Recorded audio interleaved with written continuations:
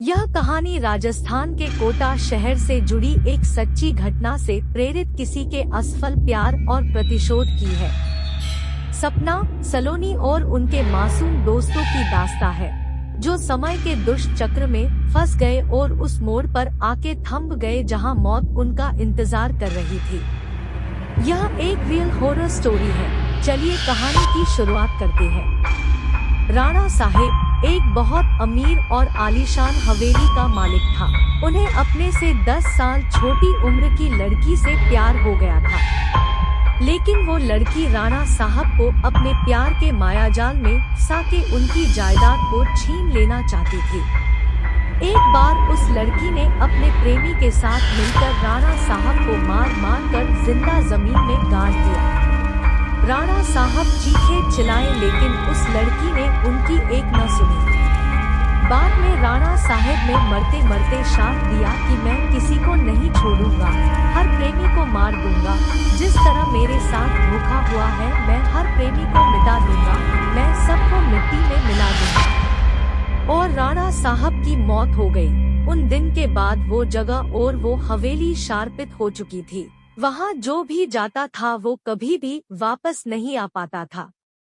आज भी राणा साहब की प्रेतात्मा वहाँ घूमती रहती है। कुछ दिनों के बाद उस हवेली पे एक प्रेमी कपल वहाँ पे घूमने के लिए आए, सपना और रजत। उन दोनों की सगाई हो चुकी थी, लेकिन शादी करनी बाकी थी।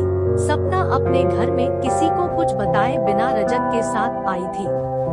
सपना और रजत मजाक मस्ती में उस जगह पहुंच गए जहां पे राणा साहब जो जिंदा दफन कर दिया था। अचानक रजत उस जगह पे गिर जाता है और उसका पैर जमीन के नीचे घुसने लगता है। यह देखकर सपना डर जाती है और मदद के लिए चीखने चिल्लाने लगती है, लेकिन कोई भी उसकी आवाज नहीं सुन पाता है। सपना जब उस हवेली में मदद के लिए जाती है तो वहीं उसे किसी की के होने का आभास होता है। उसी वक्त तुरंत सपना गिर जाती है और कोई उसका पैर पकड़कर उसी जगह पर खींच के ले जाता है जहां राणा साहब और रजत दफन हुए थे। बाद में सपना भी उसी जगह पर दफन हो जाती है। कुछ दिन बाद जब सपना अपने घर नहीं पहुंचती है, तब उसकी बहन सलोनी अपने पति समीर और कुछ मित्रों के साथ उसे ढूंढते ढूंढते उस हवेली पे पहुंच जाती है। समीर एक पैरानॉर्मल एक्टिविटी का एक्सपर्ट है। जब वो सब उस हवेली पर पहुंचे तब समीर को पता चल गया कि यहाँ पे किसी बुरी आत्मा का वास है। उसने सबको सूचित कर दिया। उसी रात को उन सभी के साथ कुछ अजीबोगरीब घटनाएं होने लगती है, जैसे कि नल से पानी टपकना, अपने बेडरूम में मिट्टी का आ जाना, रूम की खिड़की या अपने आप हिलने लगना, किसी के रोने की और चिल्लाने की आवाज आना।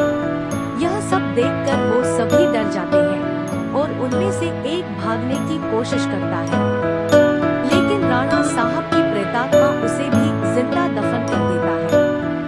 दूसरे दिन जब उन लोगों को पता चलता है कि उनका एक साथी गायब है, तब वो लोग और भी डर जाते हैं।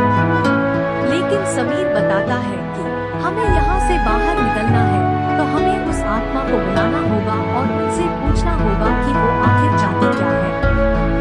डर के मारे सभी लोगों ने समीर की बात मान ली और आत्मा को बुलाने के लिए तैयार हो गए।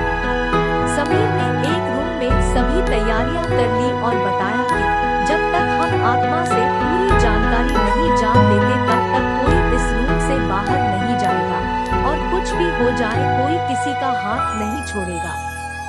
समीर ने तंत्र मंत्र से आत्मा को बुलाना शुरू कर दिया। कुछ ही देर में तेज पवन और बिजली के साथ राणा साहब की आत्मा उस रूम में आ गई। समीर ने उस आत्मा से बात की, आखिर तुम चाहते क्या हो? तो लोगों को क्यों मार रहे हो? कौन हो तुम? राणा साहब की आत्मा ने कहा, निकल जाओ यहाँ से, मैं किसी को भी नहीं छोड़ूंगा, सब मारे जाएंगे, जो भी यहाँ आए गया उन सबको मार दूंगा। इतना कहकर वो आत्मा चली गई। वो लोगों ने बाद में सपना की आत्मा को बुलाया और पूछा, आखिर उसके साथ हुआ क्या था? सपना की आत्मा ने उन सभी को सारी हकीकत बात दी और बोली, मुझे राणा साहब ने जमीन के नीचे दफन कर दिया है, प्लीज मुझे यहाँ से निकालो। सलोनी ने अपने बहन सपना से पूछा, राणा साहब की आत्मा को कैसे मारा जाए? सपना ने बताया कि जहाँ राणा साहब ने हम सबको दफनाया है, वहाँ पास में माताजी का त्रिशूल है।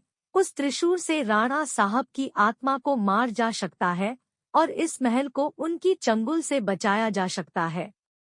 इतना कहकर सपना की आत्मा वहां से चली गई।